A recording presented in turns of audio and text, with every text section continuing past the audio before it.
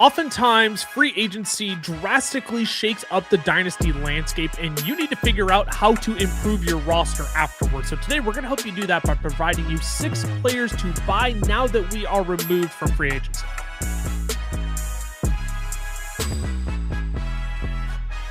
Now, Cameron, I like that we're starting with your first player here because I think it is the epitome of this episode that this isn't a buy low in Dynasty. This isn't a buy high in Dynasty, but this is rather, hey, buy because there's opportunity here. And I think you could make that case a multitude of ways for A.J. Brown. Yeah, and he's going to be someone who's in the news all offseason, whether he does get traded or not, all these rumors. And I don't think it matters as far as him being a buy, whether he's traded or not. I think he is, whether he's a Patriot, a Ram, an Eagle, because we're just pushing him so far down dynasty ranks right now. The fact he's the wide receiver 24 is just crazy to me. He had a objectively bad year by his standards last year and was the wide receiver 14 in 15 games. He was the wide receiver 5 over the last in points per game from week 11 on last year. Like, he was still good on what was not a great offense. Nobody watched the Eagles last year and was like, "Ooh, this is a good offense," or, "Oh, this was a great passing offense." Take it one step further. He's finished as the wide receiver 14 last year, wide receiver 18 in 2024 in 13 games. Then he was a wide receiver 7, wide receiver 5. He is an alpha wide receiver. Like, there is no ifs, ands, or buts about it. Which actually makes me laugh when I look at Keep Trade Cut is the wide receiver right ahead of him is Devonta Smith, depending on where you look, or Brian Thomas Jr. And Devonta Smith is a year and a half younger than him. That's it.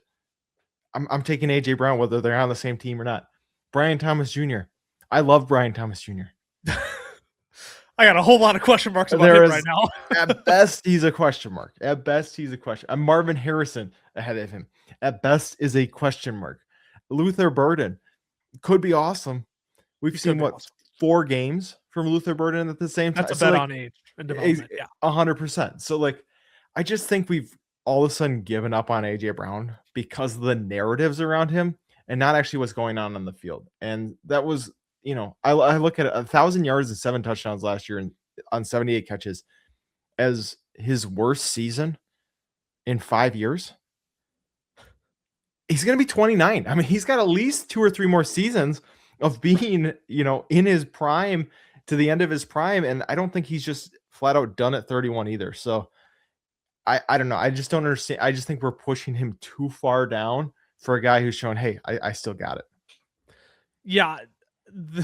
I think there is a case to be made that A.J. Brown is indeed a buy low target. If he ends up with the Rams, well, we all know that the Rams are just all in. They are going to be literally, Kyron Williams, they'll run the ball a handful of times, sure. But if you're looking at Puka, Devontae Adams, A.J. Brown, that obviously helps his value. If you are looking at Drake May and the Patriots, well, thank goodness we might be getting A.J. Brown back as a solidified top 7 to 10 receiver automatically. So there's definitely a case to be made in that direction. I can also understand the people out there who are like, yeah, but I'm not giving up Marv. I'm not giving up what I saw from Luther Burden at the end of last season. Now that DJ Moore is in Buffalo as well. Like, I also get that crowd out there, which is why I'm like, if you're a contender and you need 3 years of AJ Brown in what I'm willing to promise will be a much better Philadelphia Eagles passing attack this season, I don't think it can get much worse than it was last year. I do think this Eagles passing attack improves this year. So if you're a contender, you need to go out and get yourself, as you said, a clear alpha wide receiver. I get if you get Puka, Devonta, or Devontae and AJ Brown all in one offense. You've got 3 alphas right there. They'll figure it out. They'll fight for it. They made it work with Puka and Devontae last year. So in my eyes, it's either AJ Brown hopefully goes to a much better scenario where he is either high opportunity for volume targets, like the clear alpha, not pairing with Devonta Smith, or he goes to an offense like the Patriots, like you mentioned, who are a very good offense, has a very good quarterback and opportunity. Like, to me, there's no real losing here with AJ Brown if you were to go out and acquire him for look, I know the 2027 draft class is loaded, but if you are in a dynasty league, I don't hate the idea of just swapping CJ Stroud for AJ Brown straight up. If you were Oh to yeah. do that, if you have the depth at quarterback, um, I have less faith in CJ Stroud, especially after what the Texans have done this offseason to the offensive line. I get they brought back good run blocking pieces. Brain Smith is a nice pickup, but that's after you trade Titus Howard away, who also signed a massive deal elsewhere.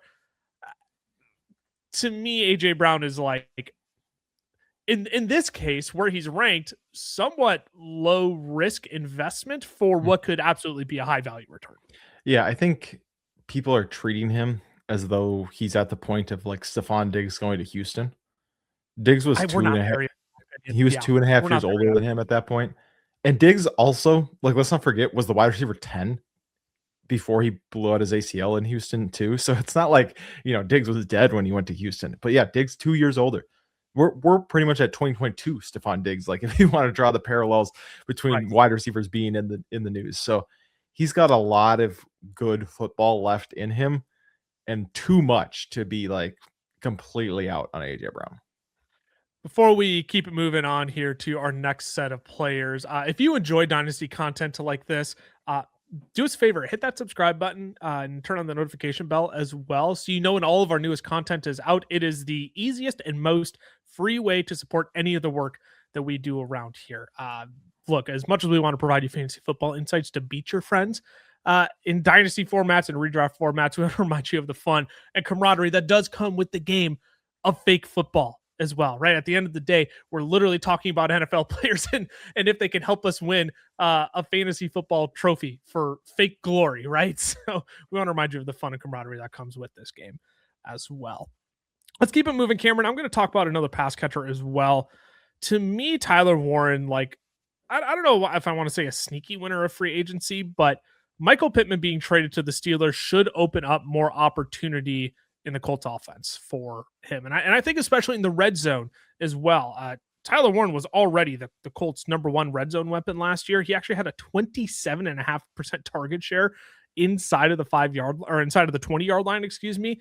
And Pittman was at 17.4. So there's a little bit more to go around there as well. But the original thing that I loved about Tyler Warren when he came out of the draft is that, oh my gosh, Shane Steichen is going to be salivating how he can use literally a Swiss Army knife all over in this offense, whether it was in between the 20s, inside of the 20s, playing him at fullback, giving him rushing opportunities inside of the red zone. I mean, Tyler Warren is such a valuable asset to this Colts offense. And when things were clicking on all cylinders for them through the first 8 weeks last year, I mean, Tyler Warren was a top 3 tight end in half PPR formats. So I get it. He's sitting tight end 4 over on Keep Trade Cut right now. And again, we're using Keep Trade Cut simply as a crowdsourced meter to kind of gauge the temperature of where people are at. It is not a end all be all tool, but again, like I'm willing to go out and invest in Tyler Warren as like him and Colston Loveland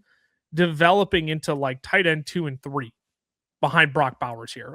3 and 4 behind Brock Bowers and Trey McBride moving forward. I think there's a chance should the Colts get right, there's opportunity for Warren to take a massive leap and place himself ahead of Colston Loveland, who people are all hot and bothered by. I feel like Tyler Warren is kind of the forgotten out of the two.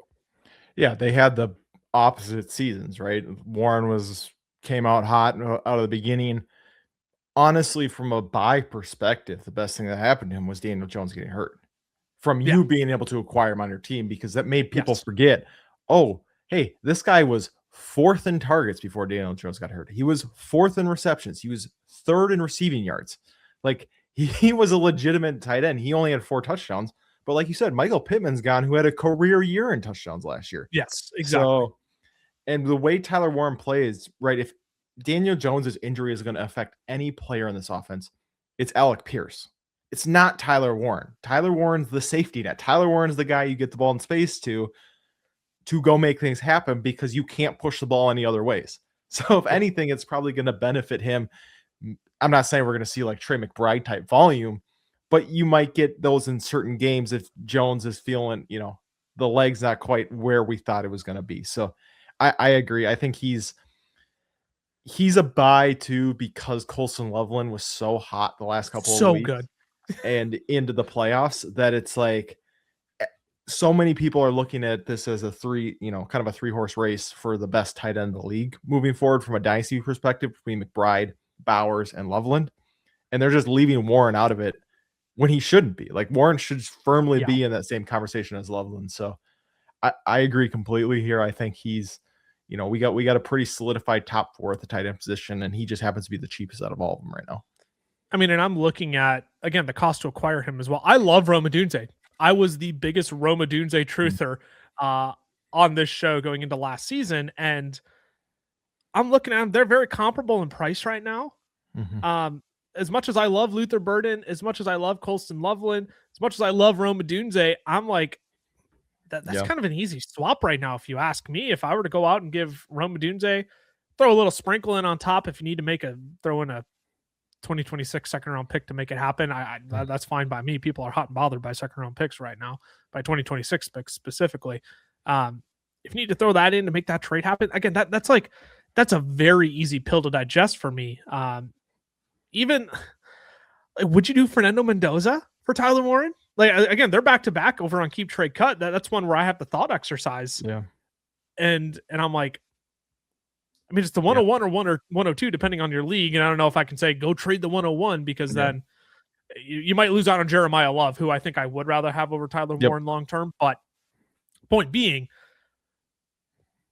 quarterback 15 compared to Tyler Warren. Even like I don't know if I hate the idea of trading a Jordan Love for Tyler Warren either. There's a lot of trades out there where I could easily be swayed into, you know what, I could get a top 3 tight end here moving forward. And those, again, don't just grow on trees in Dynasty. And I think Tyler Warren has a much longer shelf life than a TJ Hawkinson when we were talking about him as a tight end 3, in Dynasty format. So I love his fit with the Colts. I love how Shane Steichen wants to utilize him. He's literally the most versatile tight end we have in Dynasty right now. And I think whether it's receiving touchdowns, rushing for touchdowns, it's just invaluable work that the Tyler Warren gets in high value opportunities on the field. We'll pivot off of pass catchers for the rest of the episode. And Cameron, I had said prior to free agency, Javonte Williams could be a player you could go sell for picks right now. And I don't know if I'm like 100% incorrect on my theory, but I do like still going out and buying Javonte Williams if you are a contender right now, because what you are getting is a top 12 running back last season who is on a tremendous offense. Not to make your case for you, but he's back on a 3-year deal with the Dallas Cowboys, which I just didn't think was going to happen. So Javonte Williams, he holds this rare ground, in my opinion, where I think he is a buy, but if you want to go out and try and sell him for Jordan Tyson, I wouldn't blame anybody for trying to do that. Yeah, I'm going to be honest. I'm still a little upset with Ty. We recorded that episode. Just air out the laundry. I gotta Just air it out. I'm not upset with him. I would have felt the same way, but I'm more upset with myself that I didn't take it earlier. Because when we did that last pod, I was on the other side of you two. You said I would sell for picks, and I said we were talking about the 108, which I had. Ty happened to have Javonte, and I said I would trade the 108 for Javonte straight up, and he sent it to me right away. And I have a contending team. And I didn't take it. I just let it sit there. And then obviously Javonte gets a contract right away. I gave Ty the option. I said, you can either pull it back or I'm going to take it. And he pulled it. Which, was within his right. I gave him the option. If I was, That's a respectful dynasty manager right there. I just feel like from a long-term perspective, it's better to act in good faith than to do that. Better to maintain a friend. Yes. And so I am really regretting that now, looking at that, especially looking at the box score that I have in front of me for Javonte. Multiple, especially those first couple of weeks. It was running back 3, running back 4. Then he went 25, and then 14, 4, 32, 8, 10 through the first 8 weeks. And like you said, he's going to be on this team for at least 2 more seasons with the guaranteed money that he got. They have the option to keep him for 3, but I think if we've learned anything with these contracts over the last couple of years, they say a 3-year contract, it's really a 2-year contract, maybe even a 1-year contract, right? Because the guaranteed money is all that matters. To me, it's crazy. I'm looking at, keep trade cut. Kyron Williams is 20 spots, 17 spots ahead of Javonte Williams right now. And to me, these guys almost had identical seasons last year. Kyron's only 3 months younger than Javonte Williams, even though it feels like Javonte's been in the league a lot longer. And from a running back scoring perspective, one of these guys doesn't have the retirement of Matthew Stafford looming over his head. Yes. One of these guys is going to have Dak connected to him for the next couple of seasons. So I'm looking at that and going, are we just getting Kyron on a discount with a fresh contract, is making us, letting us know where he's at? And that's why I picked him, because I was looking at that going, man, Javonte or Kyron. I'm going to go Javonte. Even Chase Brown. Right, Chase Brown, I think, has higher another upside. good example. But Chase Brown, right behind Kyron, is the same age as Javonte. If I have to pick right now who's going to be on the same team next season, right, I'm gonna assume it's Javonte over Chase Brown. I mean, Chase Brown obviously could get a contract, could all change. Even Saquon to Javonte, who's ahead of him. I'm probably going to I think I want Javonte straight up. So, that's spicy. It is, but at the same time, I'm just recognizing Saquon's 29 years old. He's a good 3 years older than Javonte. Obviously, I think Saquon's one of those players who can play into his 30s and still be productive. Yep. But do I think he's going to be top 5? Maybe he gets back there this year, but more than that, no. I think they're going to be very comparable, and you have a 3-year younger Javonte. So I don't know. I just think he's another one that I was looking through it, and I'm just going, he's completely mispriced. I don't necessarily know why with the new contract, but he just is at this point. I have theories on that, because I do think you lost the first 3 years of Javonte's NFL career. That's true. Yes. 2 injuries, right? It was he got off to such a molasses pace start. Not because of like strict performance, but just like quite literally, you had an ACL tear mixed in there. You had a split backfield, right? And so he gets his opportunity in Dallas this year, and maybe catches a lucky break with Miles Sanders getting injured very early on in the season, but clearly showed, this is what I was supposed to be coming out of. This is why I took him in the 5th round of a dynasty startup when we originally started our dynasty, because I'm like, you know what? If this dude does get a backfield to himself, I believe he can be a 1,200-yard rusher and give you double-digit touchdowns on any season. Obviously, you wait 3-4 years until a player's career, like you were for Javonte Williams, to get that. But I think that's wise, because you have the longevity of Kyron Williams. He's now done it for 2 to 3 years at this point. Even with a Blake Corum in the backfield, there's a safety security blanket in longevity in which the player has done it. Saquon Barkley is just elite, right? I don't know if I'm with you in terms of taking Javonte over Saquon Barkley, but it's the thought exercise here that I think matters the most, is why are we suppressing Javonte to a point where he's the running back 18 on a 2 to 3 year deal? Again, it's essentially a 2-year deal, but if the Cowboys wanted to do something with him in his 3rd year, if he rips off another 2 years of being they don't look at fantasy box scores, but if he rips off another pair of 1,000-yard seasons, it was Dallas potentially looking at bringing him back for that 3rd year and helping maybe bring in a different running back to help bridge the gap in that transition. We're looking really far into the future at that point, but I think the point remains is this is a insanely good Dallas Cowboys offense that is basically running it back from last season. You got George Pickens back on the franchise tag. CeeDee Lamb isn't going anywhere. Dak theoretically should be healthy this season. I know it's an even year, and that usually means trouble for Dak Prescott in terms of his health. But man, as long as Javonte is tied to this offense and they don't bring in any sort of competition, this is incredibly comparable to Kyron Williams, if you ask me, because he's also going to give you, if it's like last season, another 30+ receptions on top of it. Yep, for sure. We'll. I want to talk about another running back here in the NFC East, and I hate to inform everybody that I am indeed a Jacory Croskey-Merritt industry plant, because that people are just absolutely convinced that as soon as someone opens their mouth about Jacory Croskey-Merritt, They're just doing so because they are obliged to. Now, that's not actually true. What I really am, though, is an opportunist. And what I see here in the Washington backfield is opportunity for Jacory Croskey-Merritt. Chris Rodriguez at the end of last season was supposed to be the guy for the Commanders before he started dealing with a groin injury early December. Then you had an illness against Dallas on Christmas where Jacory Croskey-Merritt went nuts for 22.5 points. Chris Rodriguez has gone to Jacksonville now. All right. So you don't have that issue lingering anymore here in Washington. So to solve that quote unquote hole at running back, because before free agency, Jacory Croskey-Merritt was actually still the only running back on the roster. They bring in Rachaad White on a 1-year, $2 million.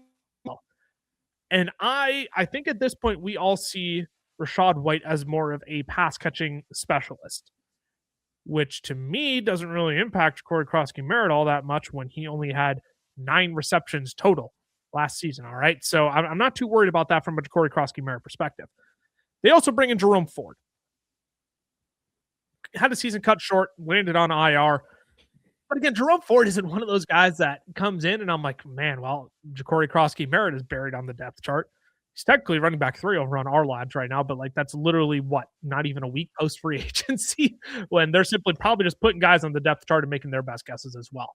All that I'm really saying here, though, is that when you look at his value, you could trade AJ Barner for a dart throw and a running back that could give you RB 2 to 3 numbers this year, right? We could be looking at Rachaad White finishing anywhere between the running back 24 to the running back 34 this year. He was already the running back 32 last season, and you could say that he was incredibly disappointing for what, 70% of the season? I just think with how thin the running back landscape is in Dynasty, you could do so much worse than taking a dart throw on a running back room that's probably going to be a 3-headed monster. But this is a lottery ticket. Cameron, do you like winning the lottery? Neither of us have ever won the lottery before, but I would love to win the lottery one day. And if it cost me AJ Barner to potentially win the lottery, I'm just going to take that chance. Yeah, it's before the Jerome Ford signing, I would have been like, I don't get it. But at this point, you just brought in 2 running backs. I don't know if it doesn't make a ton of sense for them to go draft a running back now after these signings because you're not. Love could ruin this whole thing. He could, 100%, but I don't think he makes it to Washington. Yeah, and I don't necessarily either at this point. And I'm wondering if that's what the Jerome Ford signing is. It's correct. Kind of we don't think he's going to, so we're just going to have a 3-headed. It probably would be a 3-headed monster, but if you're looking at pure running backs, after what we saw last season, the best rusher on this team is going to be Bill. Like Bill will be from an explosive perspective. Yes, I agree. 100%. He was one of only 2 rookies with 172 rush attempts, 805 yards, and 4.6 yards per carry. So that was his exact stats. I just saw somebody tweet that like it was something impressive. But he he was actually pretty decent last season, whether you want to admit it or not. I didn't want to admit it, but at this point, if I'm throwing out an early third, especially in the 2026. In this draft, late second I would do even. I mean, 100%.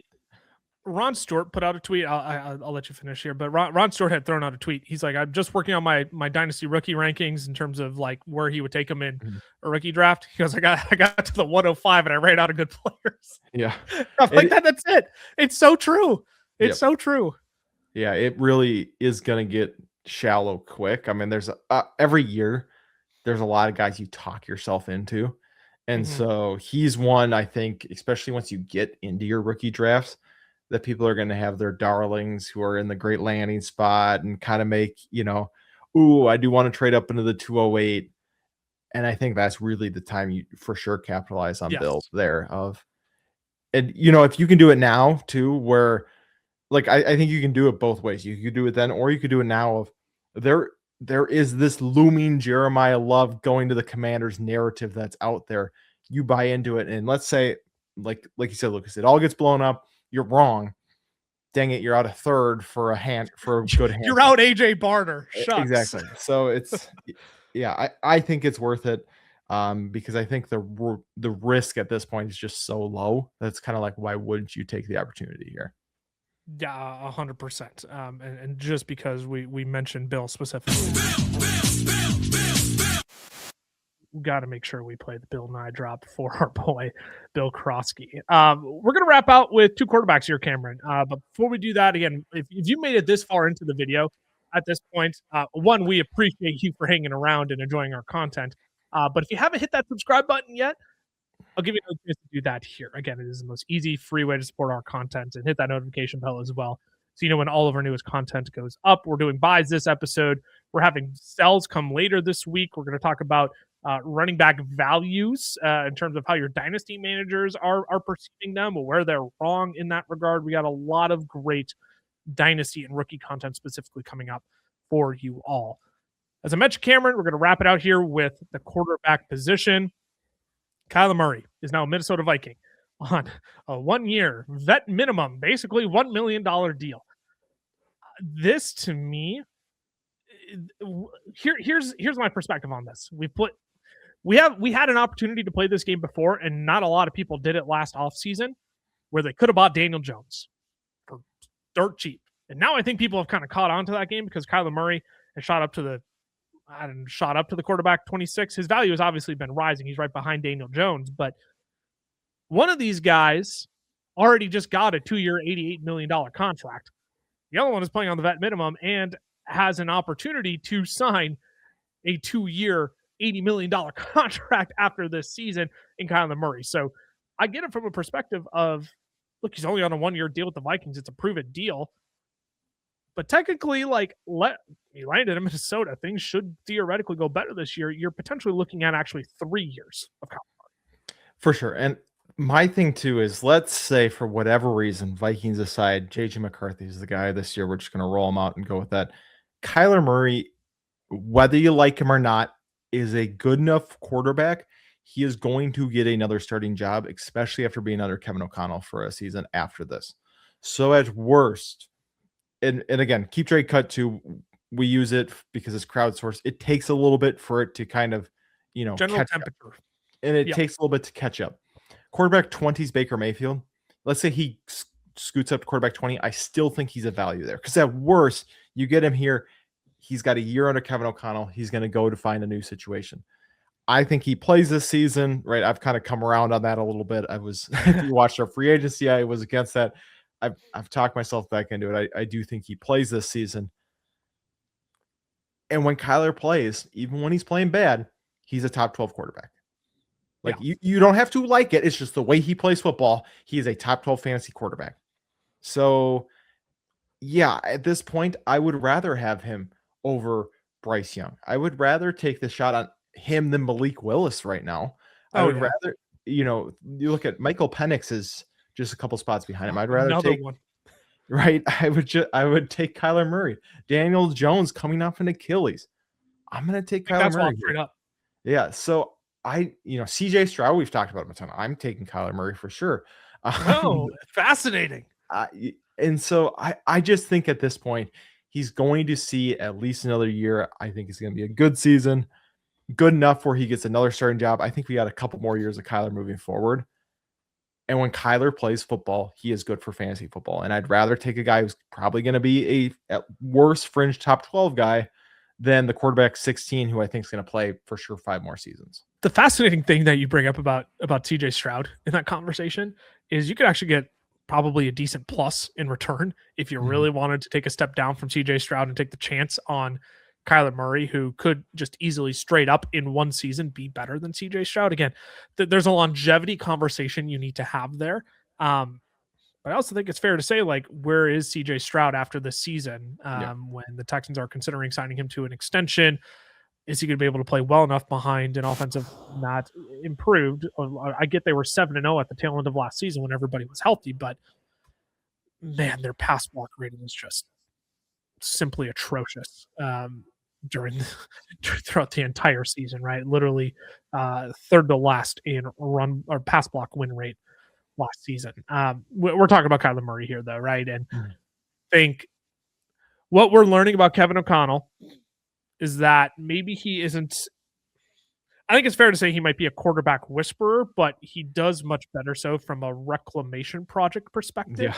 And he does, hey, JJ McCarthy, you're coming out of college early, and we're going to make sure you have all the tools to succeed in the NFL. Which, to be fair, I'm still not convinced that's a Kevin O'Connell problem. I might be convinced that's more of a JJ McCarthy just needs a whole heck of a lot of time to develop problem, which you saw with Sam Darnold. Crappy Jets team. There's a lot of other variables with Sam Darnold, which you saw with Baker Mayfield and the Browns. You saw the flashes with Baker Mayfield on the Browns, but it took him, 2 other stops before getting to Tampa Bay and ultimately starting for them.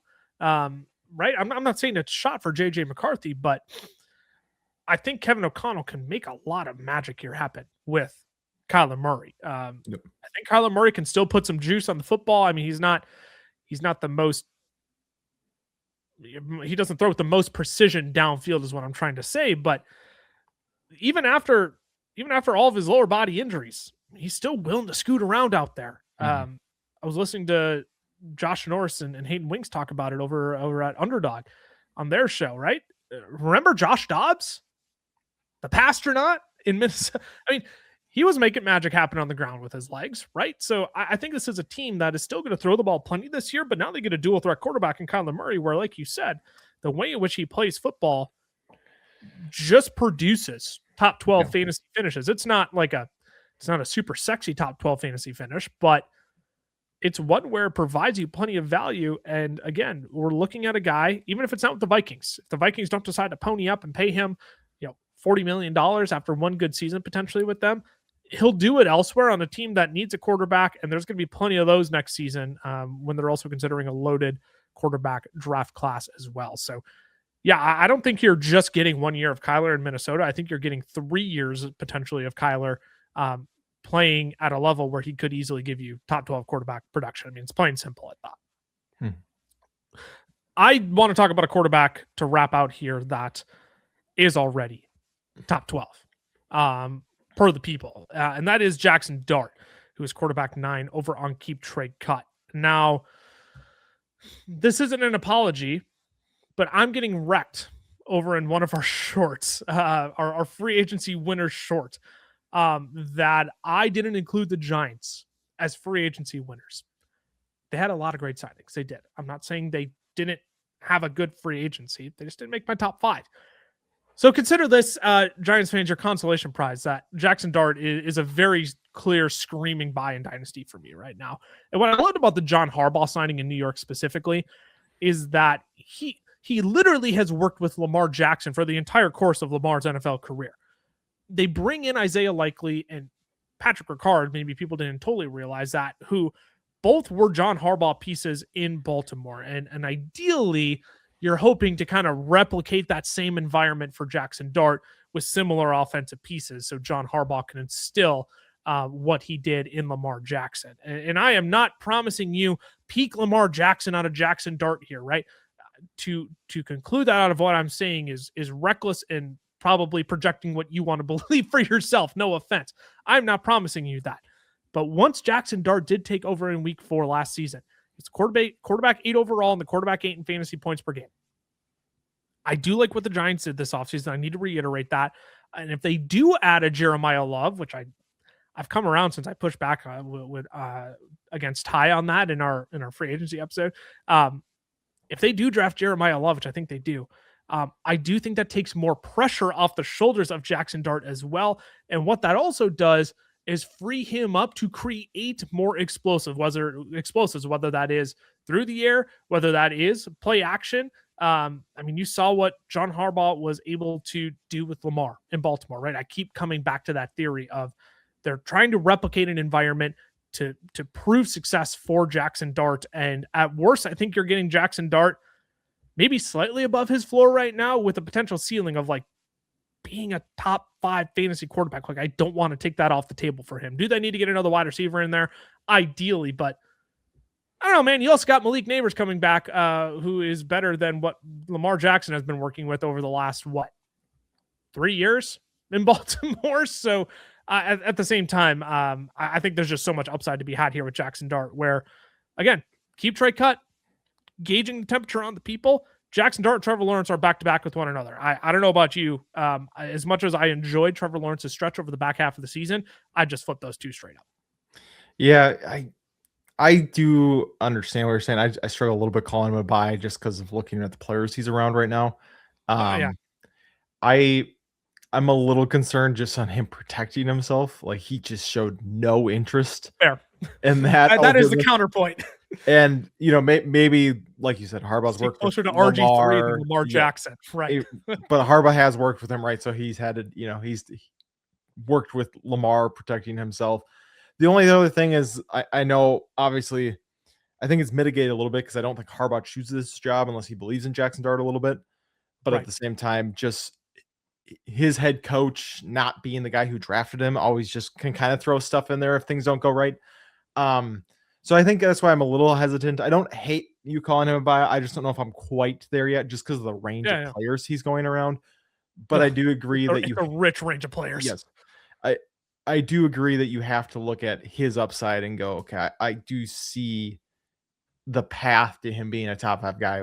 Again, the way he plays fantasy football, he could be essentially what we wanted Kyler to be from a fantasy football perspective of, Yep. right. If everything pans out, he's 25 to 30 passing touchdowns. He's flirting with 4,000 yards. He's getting you another 500-600 on the ground with a couple rushing touchdowns. So it's all within the range of outcomes. And I acknowledge that. I just don't think I'm quite there with where he's already at to say you should go acquire him for one of these, especially the players on the screen right there. Oh my gosh, yeah. I think Trevor Lawrence is maybe the only guy, Bo Nix. Everybody else I'd really struggle sending to go get Jaxson Dart right now. Yeah, which and maybe the better way, again, this is more so saying you can execute a buy in Dynasty in a multitude of ways, right? Mhm. Maybe the best way to frame this is I think Jaxson Dart is a guy that I would be very happy to either tier up or tier down from. I think he's kind of right in the sweet spot. Like him and Jalen Hurts to me, I think should be the ones who are back. I mean, they're only what Trevor Lawrence is between the two, but I'm viewing the two very similarly here. Where we know the upside Jalen Hurts has, and if the offense is better this year, there's a major bounce back season incoming for Jalen Hurts. Trevor Lawrence, I think, is the most volatile out of that three. But where's my tab? There it is. If you can, tear down from Patrick Mahomes is right ahead of him too, at 30 years old, coming off. I know Patrick Mahomes was phenomenal last season, but he's a guy where if I want to tear down to Jaxson Dart, I'd consider it. If you can get a grandfather package that includes Jaxson Dart for like a Jaden Daniels, I would potentially consider that. Who's the other one that I would consider tearing up from? Brock Purdy, Jordan Love, Bo Nix are all guys I would be happy to tear up from. Cam Ward, if I can use one of them and include a nice little bonus on top for the Jaxson Dart manager and land him in return, I'm absolutely going to try and do that. I think Jaxson Dart bridges this gap from the Lamars, the Josh Allens, Joe Burrows of the world at the top of the dynasty charts to, again, that tier of Bo Nix, Brock Purdy, Jordan Love. That's the range I'm trying to get into with Jaxson Dart here, whether it's a tier down from a Jaden Daniels or a tier up from Bo Nix. That's kind of how I'm viewing this. We'll put a pin in our conversation there. Let us know your thoughts down in the comments below, whether you agree with these players as buys, whether you're going out and trying to acquire them as well. Or maybe you even have a few other players who are like, how is this player not mentioned today? They are the most obvious screaming buy in Dynasty right now. What are these two dorks talking about? Let us know your comments down below. We always love hearing from you all and getting your feedback on these shows, these videos as well. If you want to follow our other socials, we've got a lot of great content coming out for you all. FF Fellas over on Twitter, the FF Fellas over on Instagram, Fantasy Football Fellas on Facebook and TikTok. We just did some free agency recaps. What we're going to be doing now over on those short form platforms is a crap ton of NFL draft content, right? We're going to be breaking down. I literally counted how many teams we'd be covering yesterday. It's at least half of the league we're covering and how they can get an A+ grade in the NFL draft. So that is a super fun series we have coming out for you all. If you want to view that over on YouTube as well, because you're just a YouTube truther through and through, we got you Fantasy Football Fellas shorts over there as well. If you want to follow our personal socials, I'm at Lucas Wenzel over on X, CamLaw FFF for Cameron. Again, make sure you hang around for later this week. We'll be talking about Dynasty sells post free agency. The next week, we're looking at running backs and wide receivers. Your Dynasty managers are just valuing completely wrong. It's one of our favorite episodes to do every year where we even get into a little bit debate between the three of us as well. It's like, actually, I'm with the public. But actually, Cameron might be on the complete opposite side. So always a fun set of episodes to hang around for as well. Until then, stay safe, stay healthy, especially if you are in the state of Minnesota like we are. It is a hefty blizzard as we are recording this on Sunday. You'll be getting this a little bit later in the week. So appreciate you all. Stay safe, stay healthy. We'll see you next week. Later this week. What am I saying? Deuces.